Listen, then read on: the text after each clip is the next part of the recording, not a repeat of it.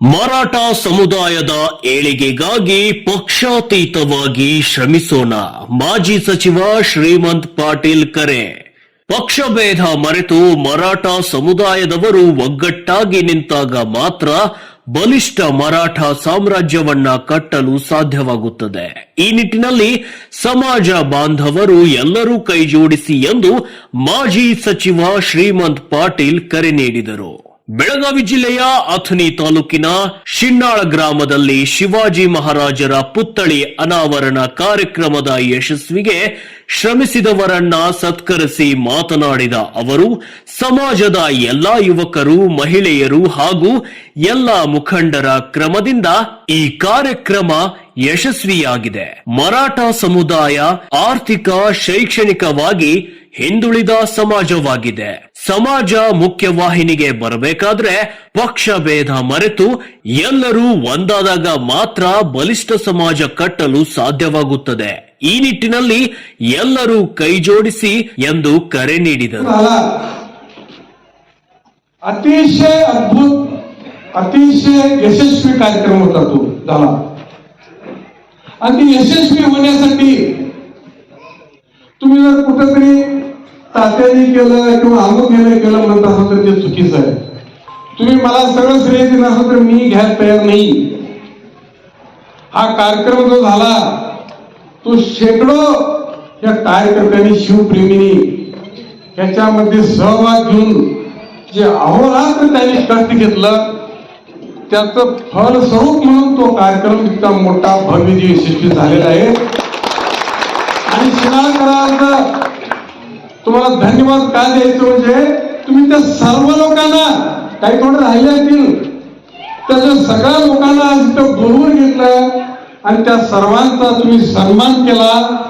खरोखरच तुम्ही शिनाळच्या सर्व माझ्या तरुण मित्रांना आणि सर्व शिनाळच्या माझ्या बंधुभावांना मी अगदी धन्यवाद देतो, मनपूर्वक धन्यवाद देतो.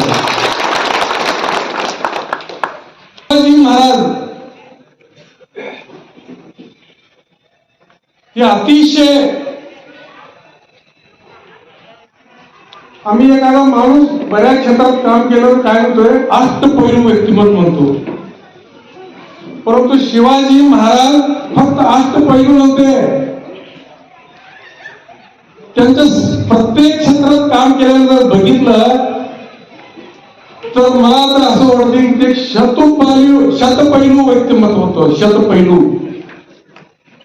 ಮರಾಠ ಸಮಾಜದ ಮುಖಂಡರಾದ ಅಪ್ಪಾಸಾಹೇಬ್ ಅವತಾಡೆ, ಡಾಕ್ಟರ್ ರಾಹುಲ್ ಭೋಸ್ಲೆ, ಬಾವುಸಾಹೇಬ್ ಜಾಧವ್, ಉಗಾರ್ ಪುರಸಭಾ ಸದಸ್ಯೆ ನಂದಿನಿ ಪರಾಕಟೆ, ಪ್ರಭಾಕರ್ ಚವ್ಹಾಣ್ ಮಾತನಾಡಿ ಸಚಿವ ಸಂತೋಷ್ ಲಾಡ್ ಮಾರ್ಗದರ್ಶನ ಹಾಗೂ ಮಾಜಿ ಸಚಿವ ಶ್ರೀಮಂತ್ ಪಾಟೀಲ್ ಅಧ್ಯಕ್ಷತೆಯಲ್ಲಿ ಶಿವಾಜಿ ಮಹಾರಾಜರ ಪುತ್ಥಳಿ ಅನಾವರಣ ಕಾರ್ಯಕ್ರಮ ಯಶಸ್ವಿಯಾಗಿದ್ದು, ಎಲ್ಲರೂ ಪಕ್ಷ ಭೇದ ಮರೆತು ಅನ್ಯ ಸಮಾಜವನ್ನ ಪ್ರೀತಿಸುವುದರ ಜೊತೆಗೆ ಮರಾಠ ಸಮುದಾಯವನ್ನ ಗೌರವಿಸುವ ನಿಟ್ಟಿನಲ್ಲಿ ಬಲಿಷ್ಠ ಸಮಾಜವನ್ನ ಕಟ್ಟಿ ರಾಜಕೀಯ, ಶೈಕ್ಷಣಿಕವಾಗಿ ಸಮಾಜವನ್ನ ಗಟ್ಟಿಗೊಳಿಸೋಣ ಎಂದು ಕರೆ ನೀಡಿದರು. ಒಟ್ಟಿಗೆ ಮತ್ತು ಒತ್ತಡಕ್ಕೆ ಸೇರಿ ಈ ಒಂದು ಎಲ್ಲಾ ಸಮಾಜದವರು, ಯಾಕಂದ್ರೆ ನಾವು ಒಂದೇ ಸಮಾಜದವರಿಗೆಲ್ಲ ಇವತ್ತು ಯತ್ನಾಳ್ ಗೌಡರು ಸಾಕು ಬಂದಿದ್ರು. ಯತ್ನಾಳ್ ಗೌಡರು ಬರೋದ್ರಿಂದ ಸಾಕ ಎಷ್ಟೋ ಕಾರ್ಯಕ್ರಮ ಹೇಳ್ತಾರೆ. ಎಲ್ಲ ಯುವಕರು ಮತ್ತು ಇವರು ಶಿವಾಜಿ ಮಹಾರಾಜ ಅಭಿಮಾನಿಗಳವರು ಎಲ್ಲರೂ ಕೂಡಿ ಒಟ್ಟಿಗೆ ಸೇರಿ ಕಾರ್ಯಕ್ರಮ ಮಾಡುವಂತ ಈ ಕಾರ್ಯಕ್ರಮ ಯಾರಾದ್ರ ನೇತೃತ್ವ ಮತ್ತು ಇದನ್ನು ಮಾಡಿದ್ರು. ನನಗೆ ವರ್ಷ ಯಾಕಂದ್ರೆ ಇದ್ರ ಸಾಕು ನಾವು 4 ಮಂದಿ ಹಿರಿಯರು ಮತ್ತು ತಾತ್ಯವರು ಯಾಕಂದ್ರೆ ಈ ಒಂದು ಕಾರ್ಯಕ್ರಮ ಚಂದ ಮಾಡೋಣ ಅಂತೇಳಿ ಒಂದು ನಿರ್ಣಯ ತಗೊಂಡಿದ್ರು. ಆ ನಿರ್ಣಯ ತಗೊಂಡ ಪ್ರಕಾರ ಅವತ್ತು ಪುತ್ರ ಕಟ್ಟೂರು ಹಿಡ್ಕೊಂಡು ಯಾವತ್ತು ನ್ಯಾಯ ಅದನ್ನ ಅವರು ಒಂದು ಮಾನಿಟರ್ ಮಾಡ್ತಿದ್ರು. ಏನ್ ಓದತ್ತಿ ಏನ್ ಮಾಡಕ್ಕೆ ಯಾವತ್ತು ವಿಚಾರ ಮಾಡೋರು. ಮತ್ತೆ ಕಾರ್ಯಕ್ರಮ ಮುಗಿದ ಸುಧಾರಕ ಕಾರ್ಯಕ್ರಮ ಏನು ನಾವು ಚಾಲು ಮಾಡಿದ್ರು ಅಂದಿನ ಹಿಡ್ಕೊಂಡು ಪ್ರತಿಯೊಂದು ಎಲ್ಲ ಕೆಲಸ ಅವ್ರು ಮೀಟಿಂಗ್ ಬರೋರು. ಅದು ನೀವು ಎಲ್ಲಿ ಏನ್ ಮಾಡಕ್ಕೆ ದೇಶ, ಯಾಕಂದ್ರೆ ನಾಜೂಕ್ ಸಾಗರ ಅಂತ ಹೇಳಿ, ಯಾಕಂದ್ರೆ ದೊಡ್ಡ ಕಾರ್ಯಕ್ರಮನ ಒಂದು ಸುಮ್ಮನೆ ಜನ ನನಗಾದ, ಯಾಕಂದ್ರೆ ಸುಮ್ಮನೆ ಯಾಕಂದ್ರೆ ಇವತ್ತು ಹೇಳ್ತಾನೆ ಅದ್ರ ಕಾರ್ಯಕ್ರಮ ಸಕ್ಸಸ್ ಆಗಿ ಕೊಡಬಾರ್ದು ಅಂತೇಳಿ ಅದನ್ನ ಹ್ಯಾಂಡಲ್ ಮಾಡಿ ಜಗಳ ಚಾಲ.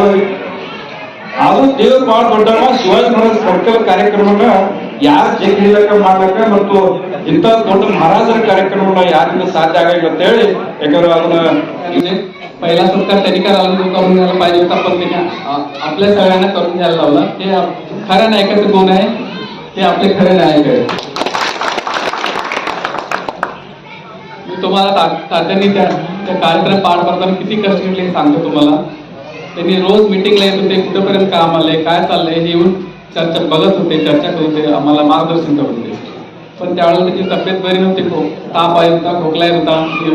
त्यांनी म्हणत की विश्रांती घ्यायला वेळ नाही, पॅरासिटामॉलची गोळी खाऊन येत होते. मी कितीतऱ्यांना विचारलं नाही गोळी खाऊन आले, काम भरपूर आहे म्हणत होते. असं एवढं कष्ट त्यांनी घेतले. ಸ್ಥಾಪನೆ ಮಾಡಿದೀವಿ. ಆವಾಗ ಒಂದು ದೊಡ್ಡ ಸಮಾವೇಶ ಮಾಡೋಣ ಅಂತ ಹೇಳಿ ಅದನ್ನ ಲೋಕಾರ್ಪಣೆ ಕಾರ್ಯಕ್ರಮ ಹಿಂದಿಟ್ಟಿವಿ ನಾವು.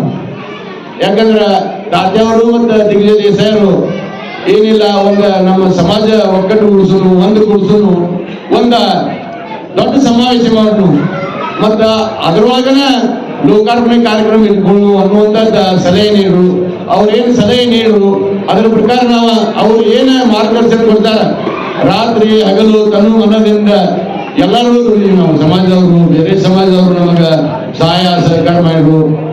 ಆ ನಂತರ ಡಿಸೆಂಬರ್ 14ಕ್ಕ ಏನು ಲೋಕಾರ್ಪಣೆ ಕಾರ್ಯಕ್ರಮ ದಿನಾಂಕ 20 ಜ್ಯೋತಿರಾಜ್ ಸಿಂಧ್ಯಾ ಅವರು ಸತತವಾಗಿ ದೇಸಾಯಿ ಮನೆಗಳ ಮೀಟಿಂಗ್ ತಾತ್ಯಾಗಳು ಬರೋರ ಮತ್ತು ದಿಗ್ವಿಜಯ ದೇಸಾಯರು ಫ್ಯಾಕ್ಟರಿ ಬರೋರು, ಒಂದಕ್ಕೊಂದು ನಮ್ಮ ಸಮಾಜದ ಮುಖಂಡರ ಜೊತೆಗೂಡಿ ಈ ಕಾರ್ಯಕ್ರಮವನ್ನ ನಮ್ಮ ಕರ್ನಾಟಕ ಮತ್ತು ಮಹಾರಾಷ್ಟ್ರ ರಾಜ್ಯದೊಳಗೆ ಯಾವುದಾರೇ ಮಹಾರಾಜರ ಆಗಲಿ ಅಥವಾ ಮಹಾಪುರುಷರಾಗಲಿ ಎಲ್ಲಿಯೂ ಆಗಿಲ್ಲ. ಕರ್ನಾಟಕ ರಾಜ್ಯ ಮತ್ತು ಮಹಾರಾಷ್ಟ್ರ ರಾಜ್ಯ ಅಷ್ಟ ಅದ್ದೂರಿಯಾಗಿ ಐತಿಹಾಸಿಕವಾಗಿ ಆ ಕಾರ್ಯಕ್ರಮವನ್ನ ನೆರವೇರಿಸಿದರು. ಈ ಕಾರ್ಯಕ್ರಮ आज अग्नीमध्ये आणला हे स्मृती उभी करायची म्हणजे त्याच्या पाठीमागे परिश्रम किती असतात आज आपण सगळेजण बघतो आहोत.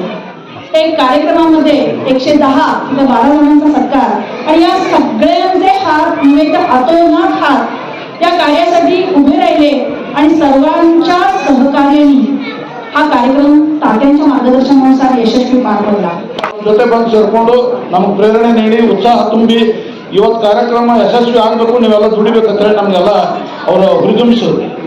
ನಾವು ಪ್ರತಿ ಹಳ್ಳಿಗಳಿಗೆ ಹೋಗಿ ಕಾರ್ಯಕರ್ತರನ್ನ ಕೂಡಿಸಿ ನಾವೆಲ್ಲ ಒಗ್ಗೂಡಿಸಿದೆವು ಮತ್ತು ಕರ್ಕೊಂಡ್ಬರ್ಬೇಕಂತ ಹೇಳಿದಾಗ ನಾವು ನಮ್ಮ ಕೆಲವೊಂದು ಮಹಿಳಾ ಪ್ರಮುಖರನ್ನು ಗುರುತಿಸಿ ಪ್ರತಿ ಹಳ್ಳಿಗಳಿಗೂ ಮತ್ತು ಅಥಣಿ ನಗರದಲ್ಲಿಯೂ ಕೂಡ ಇದೇ ಸಮಯದಲ್ಲಿ ಯುವ ನಾಯಕ ಶ್ರೀನಿವಾಸ್ ಪಾಟೀಲ್, ವಿಕ್ರಾಂತ್ ಪವಾರ್ ದೇಸಾಯಿ, ಸುಧಾಕರ್ ಭಗತ್, ಸಚಿನ್ ದೇಸಾಯಿ, ಅಭಿಷೇಕ್ ದೇಸಾಯಿ, ಸುನಿಲ್ ಚೌಹಾಣ್, ನಾನಾ ಸಾಬ್ ಅವತಾಡೆ, ಸಿದ್ದು ಪಾಟೀಲ್, ಸಂದೀಪ್ ಪಾಟೀಲ್, ದೀಪಕ್ ಸೂರ್ಯವಂಶಿ, ಶೈಲೇಶ್ ಜಾಧವ್, ಸಂಜೀವ್ ಜಾಧವ್, ಸಮಸ್ತ ಶಿನ್ನಾಳ ಗ್ರಾಮಸ್ಥರು ಸೇರಿದಂತೆ ಮರಾಠ ಮುಖಂಡರು ಅನೇಕರು ಉಪಸ್ಥಿತರಿದ್ದರು.